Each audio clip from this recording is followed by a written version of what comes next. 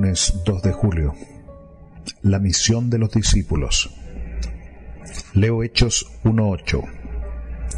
Pero recibiréis poder cuando haya venido sobre vosotros el Espíritu Santo, y me seréis testigos a la vez en Jerusalén, en toda Judea, en Samaria y hasta lo último de la tierra. En lugar de caer en especulaciones proféticas, ¿qué se esperaba que hicieran los discípulos? Hay 4 elementos importantes en este pasaje concerniente a la misión de los discípulos. Primero, el don del Espíritu. El Espíritu siempre había estado activo entre el pueblo de Dios. No obstante, según los profetas, habría una concesión especial del Espíritu en el futuro. Isaías 44:3. Porque yo derramaré agua sobre el que tiene sed, y ríos sobre la tierra árida. Derramaré mi espíritu sobre tu linaje, y mi bendición sobre tu descendencia. Joel capítulo 2, versículos 28 y 29. Y será que después de esto derramaré mi espíritu sobre toda carne, y profetizaré. Joel capítulo 2, versículos 28 y 29. Y será que después de esto derramaré mi espíritu sobre toda carne, y profetizarán vuestros hijos y vuestras hijas, vuestros viejos soñarán sueños, y vuestros jóvenes verán visiones, y también sobre los siervos y sobre las siervas derramaré mi espíritu en aquellos días. Como el mismo Jesús fue ungido con el Espíritu Santo ya había estado trabajando durante el tiempo del ministerio de Cristo. Lucas capítulo 4, versículos 18 al 21.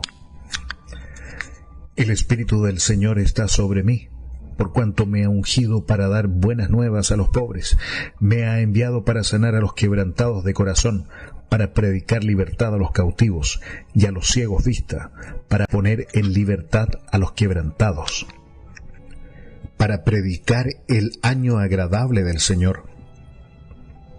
Y enrollando el libro, lo dio al ministro y se sentó, y los ojos de todos en la sinagoga estaban fijos sobre él. Y comenzó a decirles: hoy se ha cumplido esta escritura en vuestros oídos. Pero no sería concedido oficialmente hasta la exaltación de Cristo en el cielo. Juan capítulo 7, versículo 39. Esto dijo del Espíritu Santo, que habían de recibir los que creyesen en él, porque el Espíritu Santo aún no había sido dado, porque Jesús no había sido aún glorificado. Hechos capítulo 2, versículo 33. Así que exaltado por la diestra de Dios y habiendo recibido del Padre la promesa del Espíritu Santo, ha derramado esto que ahora vosotros veis y oís. 2. El papel del testimonio. Un testimonio es un relato de primera fuente.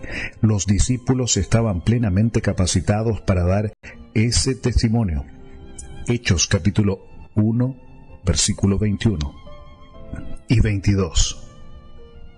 Por tanto, es necesario que de estos hombres que han estado junto con nosotros todo el tiempo que el Señor Jesús entraba y salía entre nosotros, comenzando desde el bautismo de Juan hasta el día que fue recibido arriba de entre nosotros, uno sea hecho testigo con nosotros de su resurrección.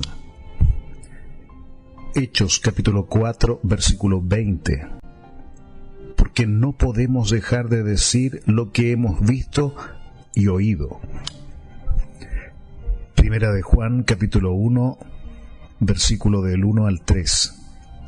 Lo que era desde el principio, lo que hemos oído, lo que hemos visto con nuestros ojos, lo que hemos contemplado y palparon nuestras manos, tocante al verbo de vida.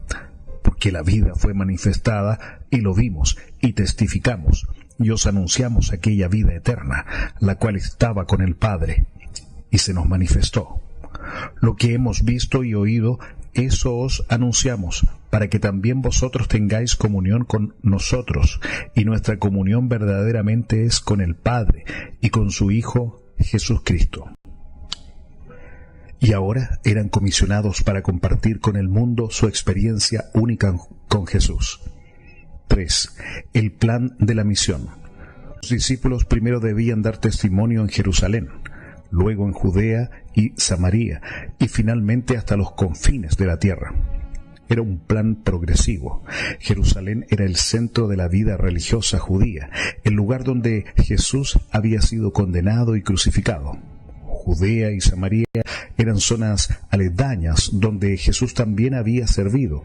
No obstante, los discípulos no debían limitarse solo a este lugar. La envergadura de su misión era mundial. 4. La orientación de la misión. En los tiempos del Antiguo Testamento, las naciones debían ser atraídas a Dios. Isaías capítulo 2, versículos 1 al 5. Lo que vio Isaías, hijo de Amós, tocante a Judá y a Jerusalén. Y acontecerá en lo postero de los tiempos, que será confirmado el monte de casa de Jehová, por cabeza de los montes, y será ensalzado sobre los collados, y correrán a él todas las naciones. Y vendrán muchos pueblos, y dirán, venid y subamos al monte de Jehová, a la casa del Dios de Jacob, y él nos enseñará en sus caminos, y caminaremos por sus sendas, porque de Sión saldrá la ley, y de Jerusalén la palabra de Jehová. Y juzgará entre las naciones, y reprenderá a muchos pueblos, y volverán sus espadas en rejas de arado, y sus lanzas en hoces. No alzará espada nación contra nación, ni se adiestrarán más para la guerra. Venid, oh casa de Jacob, y caminemos a la luz de Jehová. Israel no tenía que llevar a Dios a las naciones. Las pocas excepciones, por ejemplo Jonás, no invalidan la regla general. Ahora la estrategia era diferente. Jerusalén todavía era el centro. Sin embargo, en lugar de quedarse allí y echar raíces, se esperaba que los discípulos fueran hasta los extremos de la tierra. Leo Lucas, capítulo 24, del 44 al 48. Y les dijo, estas son las palabras que os hablé cuando aún con vosotros, que era necesario que se cumpliesen todas las cosas que están escritas. Nuevamente. Y les dijo, estas son las palabras que os hablé, estando aún con vosotros, que era necesario que se cumpliesen todas las cosas que están escritas en mí en la ley de Moisés, y en los profetas, y en los salmos. Entonces les abrió el entendimiento para que comprendiesen las Escrituras. Y les dijo, así está escrito, y así fue necesario que el Cristo padeciese, y resucitase de los muertos al tercer día, y que se predicase en su nombre el arrepentimiento y la remisión de pecados en todas las naciones, comenzando desde Jerusalén. Y vosotros sois testigos de estas cosas. ¿Cuál era el mensaje central que los discípulos debían predicar?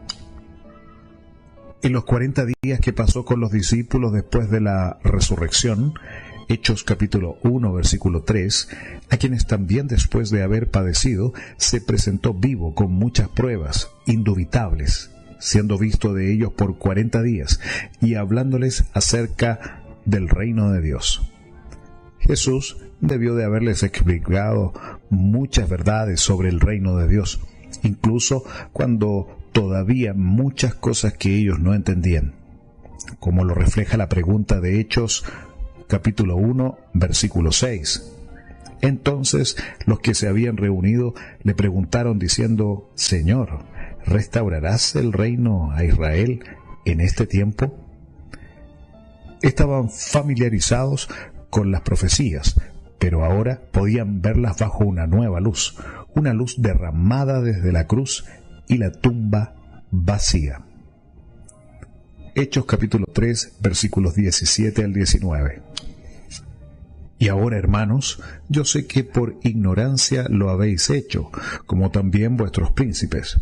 Pero Dios ha cumplido así lo que había antes anunciado por boca de todos los profetas, que Cristo había de padecer. Así que arrepentíos y convertíos, para que sean borrados vuestros pecados, para que vengan tiempos de refrigerio de la presencia del Señor. Reavivados por su palabra, hoy, 2 Corintios, capítulo 9. Durante esta semana, deseado de todas las gentes, capítulos 45 y 46.